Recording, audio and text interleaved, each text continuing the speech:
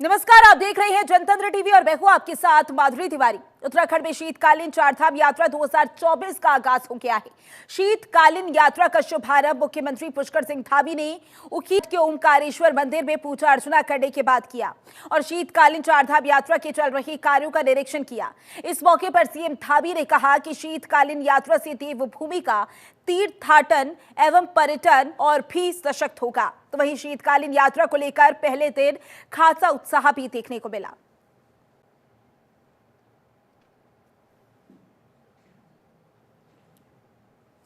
तो ये तस्वीरें आपकी टीवी स्क्रीन पर, जहां ओमकारेश्वर मंदिर में सीएम धामी पहुंचे और वहां पर पूजा अर्चना करते हुए नजर आए। इस दौरान सुरक्षा के कड़े इंतजाम किए हुए थे। ये तस्वीरें भी आप देख सकते हैं। चारधाम यात्रा को लेकर कार्यों का निरीक्षण चल रहा है और सीएम धामी भी कार्यों के निरीक्षण के लिए पहुंचे हुए थे और जब वो वहां पर पहुंचे तो उन्होंने पूजा अर्चना की। इसके बाद आप देख सकते हैं कि सुरक्षा के कड़े इंतजाम इस दौरान और मंदिर में पहुंचकर पूजा अर्चना करते हुए सीएम पुष्कर सिंह धामी नजर आए। आज भगवान केदारेश्वर, ओंकारेश्वर और हमारे सभी पंच बद्री, पंच केदार सभी से प्रार्थना की है कि जो हमारा शीतकालीन यात्रा प्रारंभ हो रही है वो शीतकालीन यात्रा सफल हो, सबका उसमें सहयोग मिले। आने वाले हमारे सभी श्रद्धालु, तीर्थयात्री, पर्यटक, उनकी यात्रा भी सुगम हो। जिस उद्देश्य के लिए वो यात्रा कर रहे हैं उनके उद्देश्य उनको प्राप्त हों, भगवान की उनको कृपा बने रहे। और उस निमित्त हम लगातार प्रयास कर रहे हैं कि शीतकालीन प्रवास के दृष्टि से हर सुविधा जो यहाँ हो सकती है वो हम करें, क्योंकि भगवान की बड़ी कृपा है। यहाँ पर जहाँ हमारा अखंड हिमालय है, हमारे ग्लेशियर हैं, वनों से आच्छादित है, पर्वतों से आच्छादित है, नदियों से आच्छादित है और सूर्य भगवान की भी 12 महीने लगातार कृपा बनी रहती है। जहाँ आज अनेक स्थानों पर धुंध होती है, कोहरा होता है, लेकिन यहाँ पर पूरी तरह से सूर्य भगवान हम सबको जो है अपनी दृष्टि दे रहे हैं। तो मैं सभी से आह्वान करता हूँ कि आएँ उत्तराखंड और हमारे इन सभी क्षेत्रों को देखें। यहाँ पर भगवान भी विराजमान हैं, देव स्थान भी हैं, उनको भी देखें। हमारे धार्मिक स्थलों के अन्य जो पर्यटक स्थल हैं उनका भी निश्चित रूप से भ्रमण करें। तो वहीं मुख्यमंत्री पुष्कर सिंह धामी ने अपने रुद्रप्रयाग दौरे के दूसरे दिन स्थानीय लोगों से मुलाकात की और जन समस्याएं सुनी। सीएम ने मौके पर ही संबंधित अधिकारियों को समस्याओं का समाधान करने के निर्देश भी दिए। स्थानीय लोगों से मुलाकात करते हुए नजर आए सीएम पुष्कर सिंह धामी। ये तस्वीरें निकलकर सामने आई, जहां पर आप देख सकते हैं कि सीएम पुष्कर सिंह धामी पहुंचे और इस दौरान उन्होंने लोगों से मुलाकात की, उनकी समस्याएं सुनी और जल्द से जल्द उनकी समस्याओं का समाधान हो जाए, इसके लिए निर्देश भी जारी कर दिए गए हैं। तो वहीं प्रधानमंत्री मोदी के नेतृत्व में केंद्रीय कैबिनेट ने शिक्षा क्षेत्र में ऐतिहासिक कदम उठाते हुए देश भर में 85 नए केंद्रीय विद्यालयों की स्थापना को मंजूरी दी है। इस निर्णय के अंतर्गत उत्तराखंड में भी 4 नए केंद्रीय विद्यालय खोले जाएंगे। ये निर्णय न केवल राज्य बल्कि पूरे देश में शिक्षा के नए आयाम स्थापित करेगा। तो वहीं उत्तराखंड जैसे पर्वतीय राज्य में इस पहल का खास महत्व है। 4 नए केंद्रीय विद्यालयों के खुलने से दूर दराज के लोग और जो इलाके हैं वहां पर रहने वाले छात्रों को भी आधुनिक और अच्छी शिक्षा मिलेगी। तो वहीं मुख्यमंत्री पुष्कर सिंह धामी ने इस ऐतिहासिक निर्णय के लिए प्रधानमंत्री नरेंद्र मोदी और केंद्रीय शिक्षा मंत्री का आभार व्यक्त किया। बहुत महत्वपूर्ण है और मैं आदरणीय प्रधानमंत्री जी का, आदरणीय शिक्षा मंत्री जी का धन्यवाद करता हूँ कि हमारे यहाँ 4 केंद्रीय विद्यालयों को मंजूरी दी है, क्योंकि शिक्षा हमारी लिए बहुत प्राथमिकता है। राज्य के अंदर शिक्षा और चिकित्सा 2 ऐसे विषय हैं जो हर एक व्यक्ति को मिलने चाहिए और हर एक के लिए जरूरी है। बहुत वहीं एसडीआरएफ और पुलिस की तर्ज पर अब होम गार्ड्स जवानों को भी 9000 फीट से ऊंचाई वाले स्थानों पर तैनाती में 200 रुपए प्रतिदिन प्रोत्साहन राशि दी जाएगी। ये घोषणा मुख्यमंत्री पुष्कर सिंह ने होम गार्ड्स एवं नागरिक सुरक्षा संगठन के स्थापना दिवस पर की। सीएम धामी ने कहा कि पुलिस, कार्मिक एवं एसडीआरएफ की तर्ज पर 9000 से अधिक फीट ऊंचाई पर सेवा देने पर होम गार्ड सैनिक को 200 प्रतिदिन प्रोत्साहन राशि दी जाएगी। प्रशिक्षण पूर्ण होने के बाद एसडीआरएफ के साथ काम करने वाले होमगार्ड जवान को प्रतिदिन 100 रुपए प्रोत्साहन राशि दी जाएगी। 3 वर्ष में दिए जाने वाले वर्दी भत्ते को प्रतिवर्ष किया जाएगा। 60 साल पूर्ण करने वाले होमगार्ड कल्याण कोर्स से दी जाने वाली राशि 50,000 की जाएगी। मैं सबसे पहले तो आज होमगार्ड स्थापना दिवस पर सभी होमगार्ड्स के सभी जवानों को, सभी अधिकारियों को, सबको मैं बहुत बधाई देता हूं। उनके पारिवारिक जनों को भी बहुत शुभकामनाएं। और हम सब लोग क्योंकि जानते हैं कि हमारे होमगार्ड्स के जवान हर परिस्थिति में और जहां भी हमको उनकी ज़रूरत होती है वहां पर अपने कर्तव्य का भली भांति निर्वहन करते हैं। और सच बताऊं तो जहां कम होते हैं वहां हम होते हैं वाली उनकी जो एक काम करने की प्रवृत्ति है, कार्य व्यवहार है, कार्य संस्कार है, निश्चित रूप से वो हमारे लिए बहुत महत्वपूर्ण है।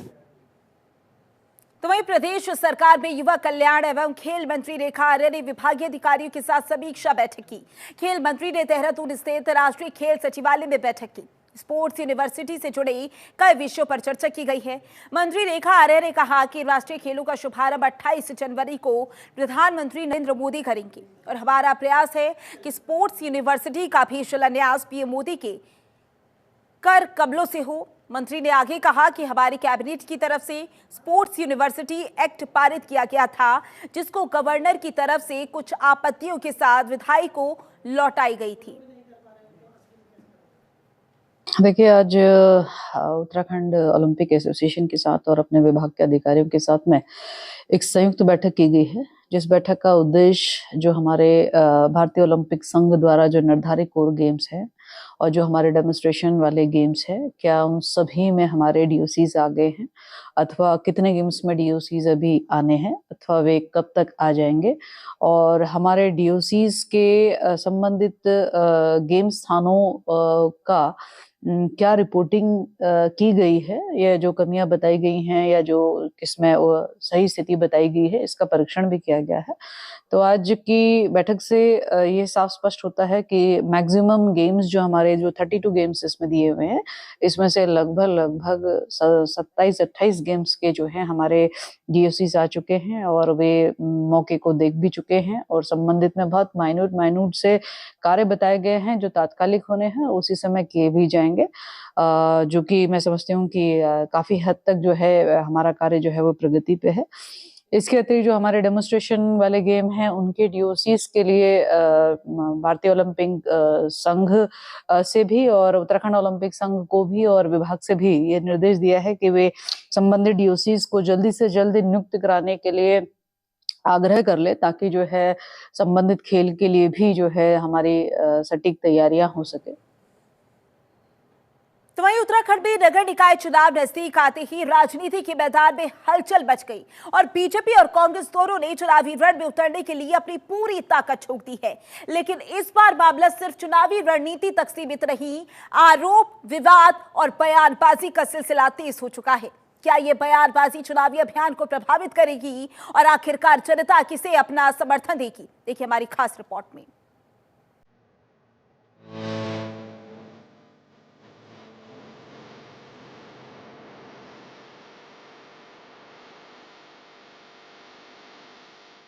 जैसे उत्तराखंड में निकाय चुनाव नजदीक आते जा रहे हैं, वैसे ही राजनीतिक पार्टियां एक दूसरे को घेरने में लगी हैं। तो वहीं अब एक के बाद एक बार फिर से महिलाओं को आरक्षण देने के वादे और टिकट वितरण पर बीजेपी और कांग्रेस के बीच का ये विवाद इस चुनावी घमासान को और ज्यादा तेज कर रहा है। दोनों दलों के नेता महिलाओं के मुद्दे पर अपनी अपनी पार्टी के पक्ष में तर्क देते नजर आते हैं, जिससे चुनावी पटल पर एक अहम मुद्दा बनाया जा सके।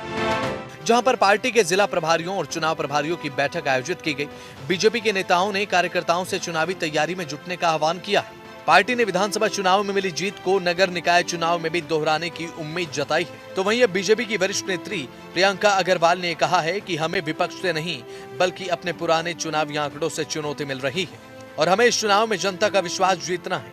प्रियंका गांधी का नारा लड़की हूँ, लड़ सकती हूँ सिर्फ हवाई साबित हुआ है, जबकि बीजेपी ने माला राज्य लक्ष्मी को संसद तक पहुंचाया है और कांग्रेस का महिला आरक्षण का मुद्दा महज एक छलावा है।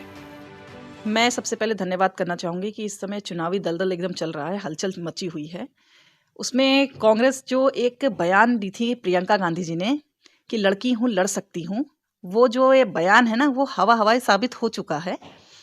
और महिला हर एक क्षेत्र में आगे है, लेकिन कांग्रेस जो 33% के आरक्षण की बात करता है ना उसमें आगे नहीं है। अगर आप आरक्षण दे रहे हैं, रिजर्वेशन आप एक तरीके से दिए हैं, तो उस चीज़ को होना चाहिए, साबित करना चाहिए आपको। और मैं आपको एक चीज़ और बताना चाहूँगी, आपने भारतीय जनता पार्टी की बात करी, तो उनकी एक सांसद जो हैं वो लक्ष्मी जी टिहरी से, वो संसद तक पहुँच चुकी हैं। तो क्या महिला हर क्षेत्र में आगे नहीं बढ़ सकती है? उनको ये चीज़ का पता होना चाहिए कि महिला भीड़ बढ़ाने के लिए नहीं है, महिला हर एक क्षेत्र में आगे बढ़ रही है।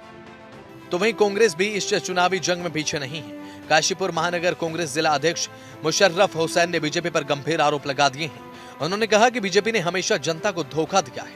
अगर बीजेपी सच्ची है तो निकाय चुनाव क्यों नहीं करवा रही? मुशर्रफ हुसैन ने महिलाओं को टिकट बंटवारे पर भी बीजेपी पर निशाना साधा है। अब ऐसे में कांग्रेस हमेशा महिलाओं को सम्मान देती आई है। अगर निकाय चुनाव में महिलाओं को टिकट देने को लेकर भाजपा की असलियत जनता के सामने आ जाएगी। और भारतीय जनता पार्टी का संगठन क्यों डर रहा है? पिछले 1 साल हो गया, 1.5 साल होने वाला है, क्यों नहीं चुनाव करा? नगर पालिकाओं के, नगर निगम के क्यों नहीं चुनाव करा रहा है? बार बार प्रशासक की नियुक्ति क्यों करे जा रहा है? कहीं ना कहीं इसे डर है कि भारतीय जनता पार्टी हार रही है, निगम हो या पालिका के चुनाव हो। जहाँ तक आरक्षण का सवाल है, पिछली बार भी नगर निगम के चुनाव में देखिए, हमने हर जगह पर, रुद्रपुर में देखिए हमारी मीना शर्मा है, उन्हें हमने टिकट दिया, कांग्रेस पार्टी ने टिकट दिया, 33% का आरक्षण पूरा किया। और आने वाले चुनावों में भी हमारे हाईकमान, माननीय प्रदेश के बड़े तेज तर्रार हमारे अध्यक्ष हैं, हमारी पार्टी को एक संगठन की मजबूती के लिए अग्रसर रहते हैं माननीय करण मेहरा जी। उनके निर्देशानुसार और कहे जो भी बात होगी संगठन की, बराबर 33% का आरक्षण माननीय अध्यक्ष जी हमारे मेहरा जी देने के लिए हमेशा तत्पर रहते हैं। फिलहाल कांग्रेस बीजेपी महिलाओं को आरक्षण और टिकट बंटवारे को लेकर एक दूसरे पर निशाना साध रहे हैं। अब देखना यह होगा कि इस चुनावी माहौल में कांग्रेस बीजेपी महिलाओं को आरक्षण और टिकट वितरण में कितना सम्मान देती है। ये चुनाव सिर्फ नगर निकाय के लिए नहीं बल्कि भविष्य की राजनीति की दिशा भी तय कर सकता है। ब्यूरो रिपोर्ट, जनतंत्र टीवी।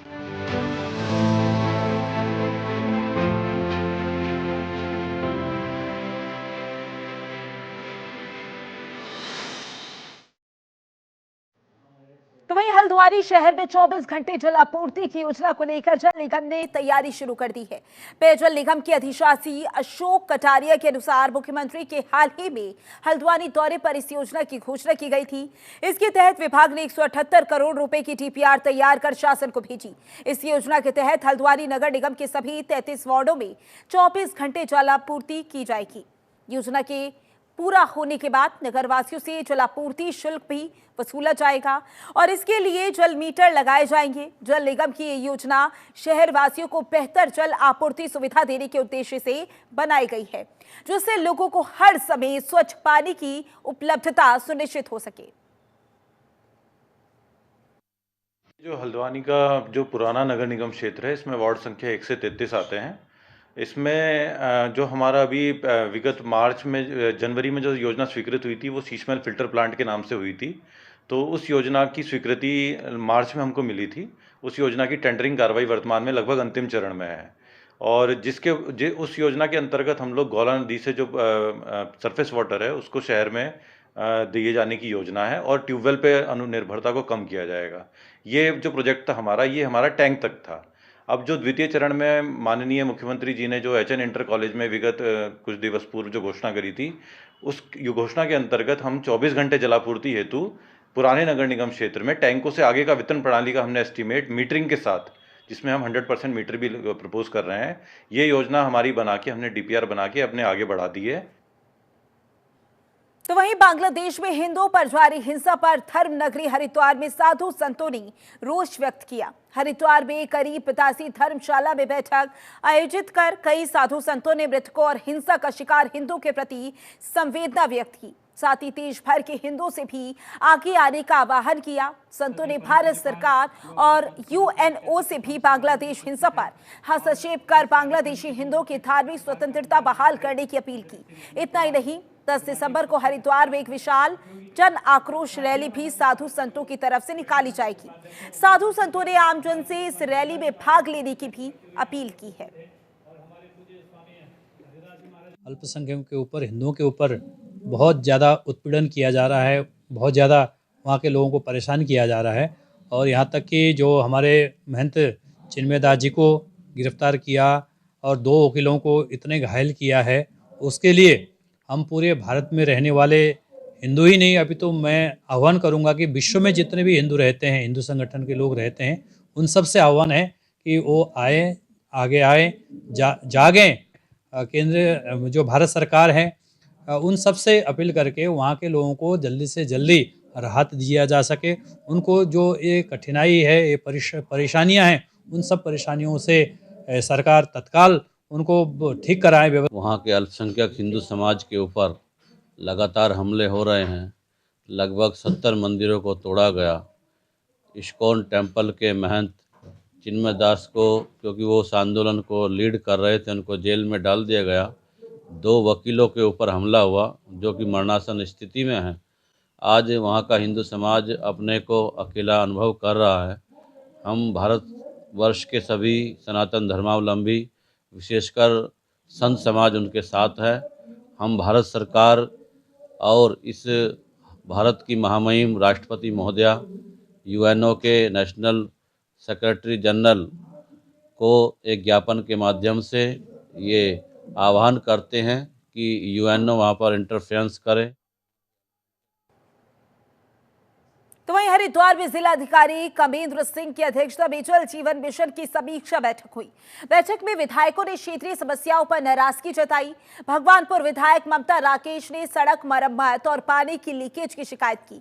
झबरेड़ा विधायक वीरेंद्र जाति ने अधूरी पाइपलाइनों और टूटी सड़कों का मुद्दा उठाया। रानीपुर विधायक आतिश चौहान ने खराब पानी और जल संस्थान की लापरवाही पर सवाल उठाए। हरिद्वार ग्रामीण विधायक अनुपमा रावत ने गंदे पानी और अधूरी परियोजनाओं की ओर ध्यान दिलाया, जबकि ज्वालापुर विधायक रवि बहादुर ने टंकी की गुणवत्ता पर नाराजगी जताई है। जिलाधिकारी ने समय पर काम पूरे करने और लापरवाही पर कार्रवाई के निर्देश भी जारी कर दिए हैं।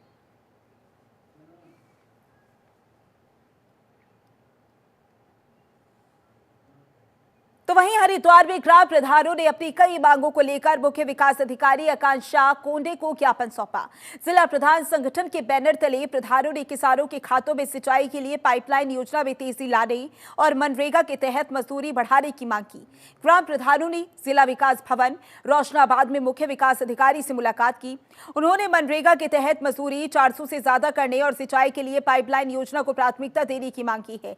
प्रधानों का कहना है कि इन समस्याओं से ग्रामीणों को भारी परेशानियों का सामना करना पड़ रहा है। सीटीओ आकांक्षा कोंडे ने प्रधानों की समस्याओं को ध्यानपूर्वक सुना और उनकी मांगों को जल्द पूरा करने का आश्वासन दिया।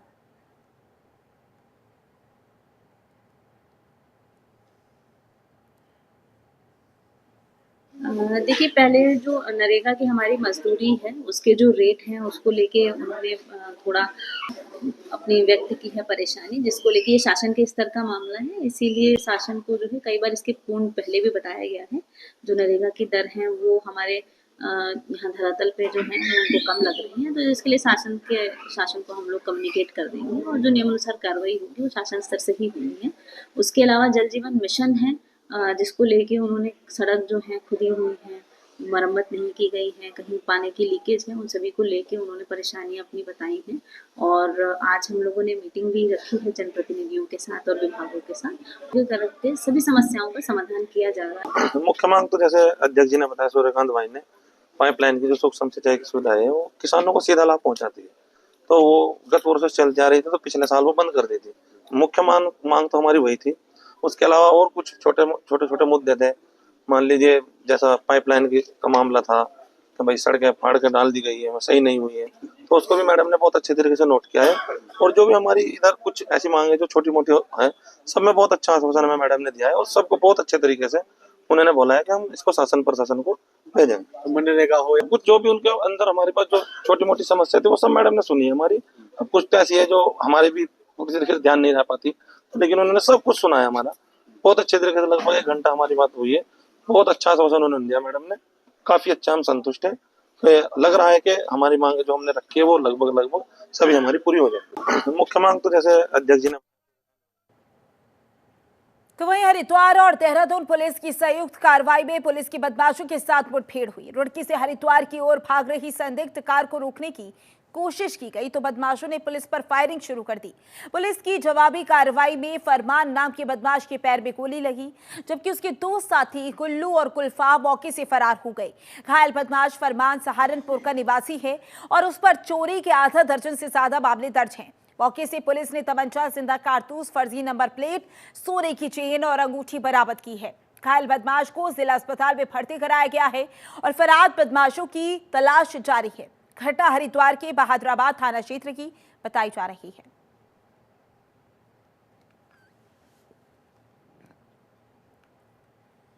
हल्द्वानी कोतवाली क्षेत्र के अंतर्गत मंडी बाईपास के पास से ग्राफिक एरा हिल यूनिवर्सिटी के छात्र का शव मिलने से पूरे इलाके में हड़कंप मच गया। बता दें कि दिव्यांशु लालकुआ विधानसभा के हल्दूचौड़ दौलिया का निवासी था और एक होनहार छात्र के रूप में जाना जाता था। शनिवार शाम को जंगल के भीतर उसका शव संदिग्ध परिस्थितियों में मिला।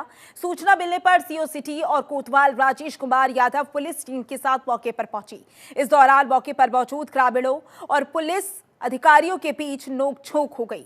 इसके बाद पुलिस ने शव को कब्जे में लेकर पोस्टमार्टम के लिए भेज दिया।